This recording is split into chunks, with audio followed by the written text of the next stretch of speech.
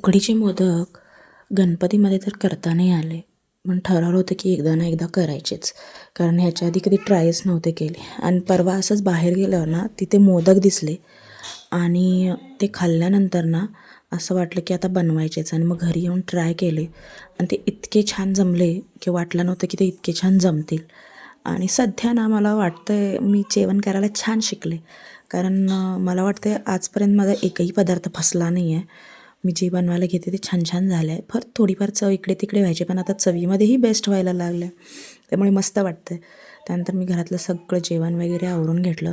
घरातली कामं करायला ना सध्या खूप उत्साह येतो आहे, पण थंडीही तितकीच आहे. त्यामुळे कधी कधी आळसही येतो आहे. जेवण वगैरे सगळं आवरल्यानंतर बाहेर जायचं होतं म्हणून मी पटपट ट्राय करत होती, पण पटपट काय होत नव्हतं.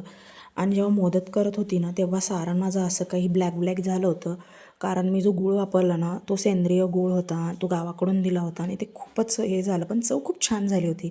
आणि आज सगळ्यात माझा आवडता पदार्थ म्हणजे मिरचीचा ठेचा बनवला होता आम्ही आज, आणि तो खूप छान झाला होता. Bye, thank you for watching.